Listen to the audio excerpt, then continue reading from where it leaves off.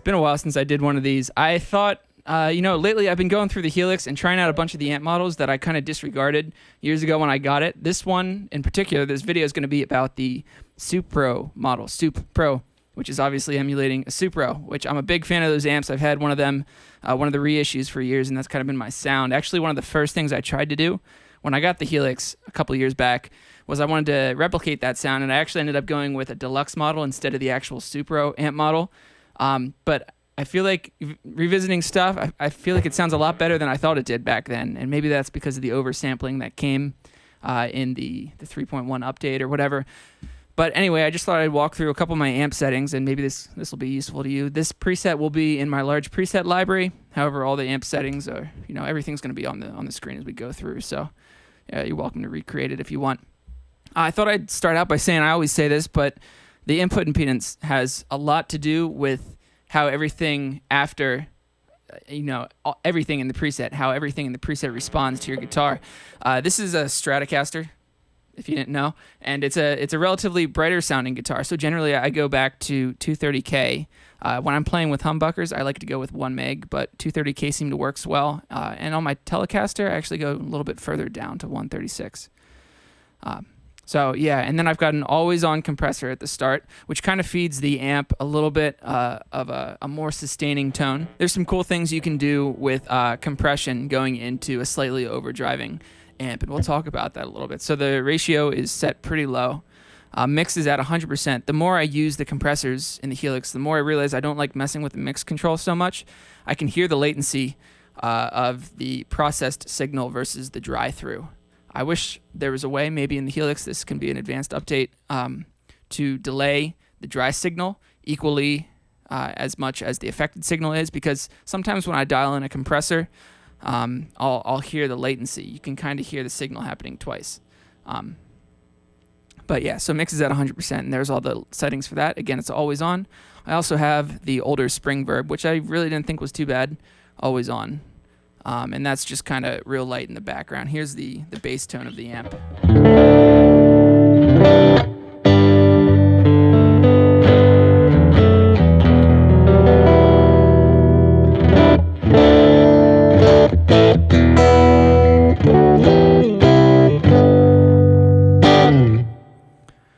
A little bit of overdrive, not too much.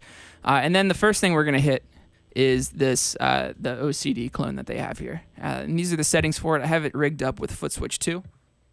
To be honest, this is a pretty simple preset. A lot of the times when I build presets, there'll be like a ton of amp parameter controls and stuff every time I hit something. In this case, I thought it sounded pretty good. Just going into the amp, not many controls. When you turn on the overdrive, the channel volume is going to drop a little bit. I like the sound of the amp clipping. And so I could have turned down the level in the overdrive, but I like it feeding the amp a higher volume, the amp clips, and then I make up for the volume difference with the channel volume control. And then I also boost the tone just a little bit, add some more mids in there. So here's the distorted tone, bridge pickup.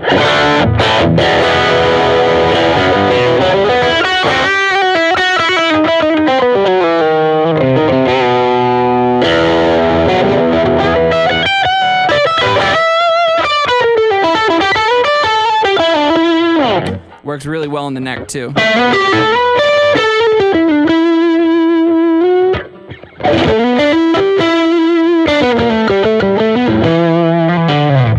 In my head, that's the sound I always think of when I think of an overdriven Strat. Here's fourth position.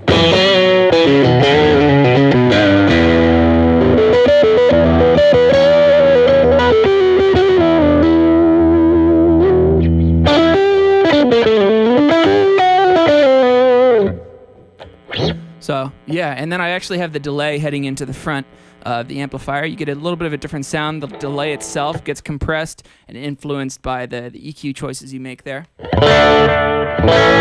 And it's the Memory Man copy, which is probably my go-to for all delay sounds in the Helix.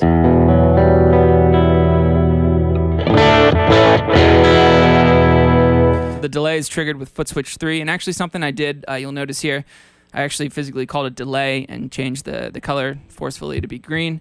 That's something I did. I reworked my entire preset library recently, and I just wanted to make all of the presets consistent between them. So foot switch 3 is often a delay or modulation. Foot switch 2 is always having to do with overdrive. Foot switch 1 will be modulation or reverb, depending on the sound I'm going for. Foot switch 4 or 5, there'll be auxiliary stuff that you don't really need. But that's just kind of how I decided to rework all my presets to make it a little bit easier to jump between them. So instead of saying Elephant Man, I just called it delay.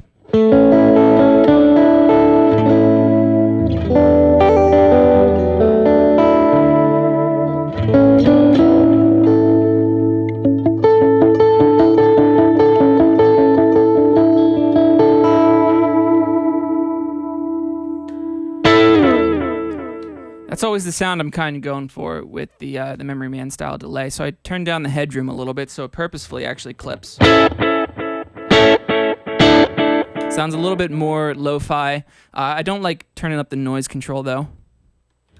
It just adds in needless noise, as the name of the parameter would suggest. And I prefer the vibrato setting actually too. 2 years ago-ish, I got this X5 Echo Man delay, which is a really awesome recreation of the Memory Man, really small pedal, and I think this sounds just as good as that. I wish I could try a real one someday, like a vintage one. Here's the amp settings again, since I kind of skimmed over that quickly. I have a full video, by the way, you might consider checking out on dialing in the ripple, bias, bias X, hum, and sag controls. There's a lot of fine-tuning you can do with the amp, and I always touch these parameters when I'm building a new preset. The nice thing you might notice right here about the Supro model is that it uses hardly any DSP. You know, the Jazz Chorus and the small Tweed amp are the only other ones that are available. Everything else is grayed out. So if you have a really dense preset, you can get some great amp tones with this amp model, and you save a lot of DSP that way. Here's the cab settings again. I used a U47 model. And one of the tricks I'll do to kind of dial in more bass, but not have it be overwhelming. Sometimes you want that full sound, but you don't want to, have this huge notch in the low end. The low cut's good for that, but also mic distance affects that. So I'll pull up a little bit more bass than you would normally, depending on the sound you're going for, and then you can just back the distance up. 2 inches is kind of standard, middle of the road. If you wanted a little bit less bass, I'd go to 3.5. I should note that this preset specifically is designed for single coil guitars. My thought is whenever you want to adapt a preset between different instruments, single coils are always going to have less output and have a little bit more high end, a little bit less bass end. That's how you would tune it, right? I wish we had an input volume. In this case, with this preset, it makes sense. You can actually just do that in the compressor since the compressor is always on. So turn down the level, I would say, if you want to try and use this preset with humbuckers. And then in the amp model, it's going to be easy enough to redo the EQ and stuff. On humbuckers, I generally feel like you get a little bit more mid content. So turn down the tone maybe just a bit to make it work. So that takes care of the amp controls.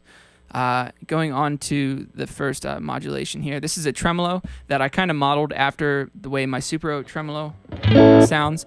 This amp model specifically is modeled after a 1960s Supro, and the reissue ones are not quite the same. They're just kind of using the name and the branding. This amp I've had for years has a really nice tube tremolo, and so really all I had room for here was the Boss, DSP wise anyway, was the Boss tremolo. So what I did, and I queued this up on foot switch 5, I believe.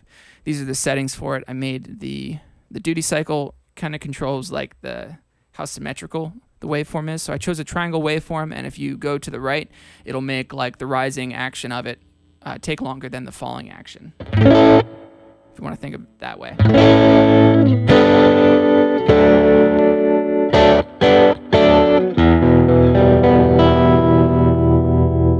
And that's usually where I like to leave it on my actual amp.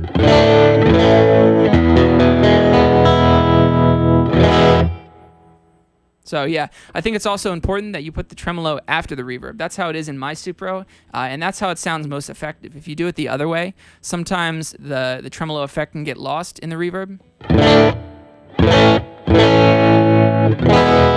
Right, with the spring before. Even though it's a very mild sound, I feel like it works better with the tremolo after anyway. And then foot switch 4 will pull up a some cool sounds on this dynamic call verb. I would take the decay down to 3.2, 3.0 second range if you want a more traditional sounding reverb, and decrease the mix a little bit too. But I just kind of dialed this one up nice and heavy.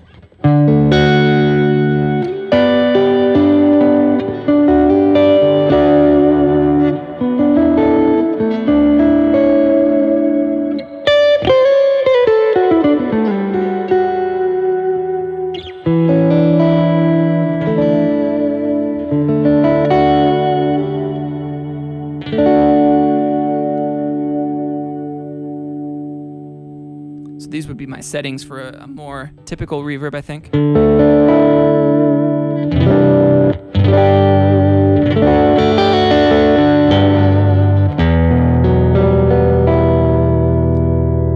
When 3.1 was released, I actually did a full video on the dynamic call reverb, and just in general, it kind of serves as Reverb 101 for guitarists, talking about all these parameters, which are pretty common to a lot of advanced reverb machines. Something like the Strymon Blue Sky is very simple. It only has very limited controls, so you can basically get any sound you want. I love that this one gives you so many controls, but with that also comes the ability to create some sounds that might not be so good. So if you've tried the dynamic call and it was a little bit overwhelming, maybe check out that video, see if that's helpful for you. Let's see if I can undo these changes I made. And then we'll go into the final one. I had to use the retro reel. It's just such a cool effect.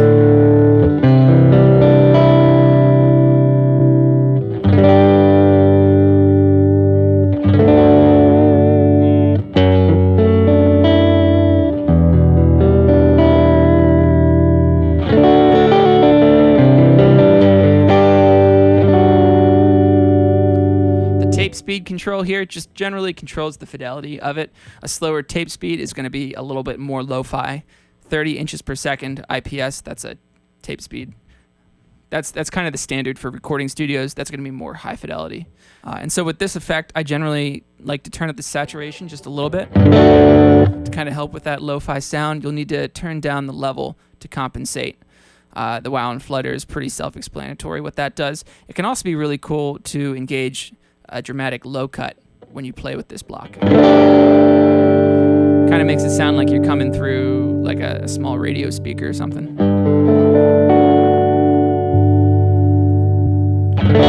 But just set up stock. I kind of dialed it in more for a generally more usable sound, and I named it Deco after the pedal that I feel like it's probably shamelessly trying to emulate there.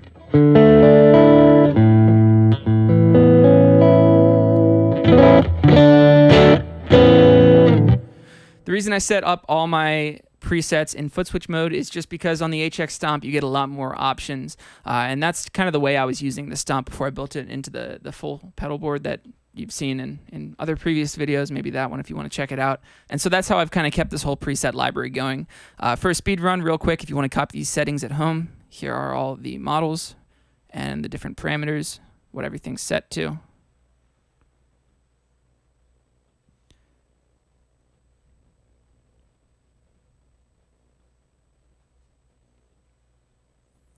Yeah. And lastly, don't forget the input impedance. If you want to pick this one up and like 80 plus other presets, I have a link in the description to my complete preset library. It's a folder. It's basically a Google Drive folder that I'm always adding stuff to. Whenever I create stuff just for fun or for my own personal professional use, I'll throw them in that folder. So we've got like 20-something presets for humbucker guitars, I think 15 or 18 for single coils. There's also an acoustic IR bundle included with it now. So last month I captured my Eastman PCH acoustic guitar, and I created some IRs that you'll want to use when you build your own acoustic presets or when you want to try and get an electric guitar to sound like an acoustic. For example, those can be really useful there, and there's a bunch of different sample rates. There's like 20 presets, each available in 4 different sample rates. You can use them in your DAW. So you get that in addition to actual acoustic presets that it's built with. There's some bass guitar presets, a little bit of everything. And I know 80 presets sounds like ridiculous, like a lot, but this has been like a 2+ year project for me. Every time I create something for a show that I'm working on or a gig that I have coming up, I dial it in with the band at full volume. I dialed in on FR speakers. And on my previous contract, like a year and a half ago, when I was working cruise ships, I actually spent some time at front of house at the console, dialing in a bunch of these presets through the mains. So yeah, just a bunch of stuff in that bundle if you feel like picking it up. If not, there's also free presets on my website that you might want to check out. So take care. Thanks for hanging out, checking out the video, and I'll see you in the next one.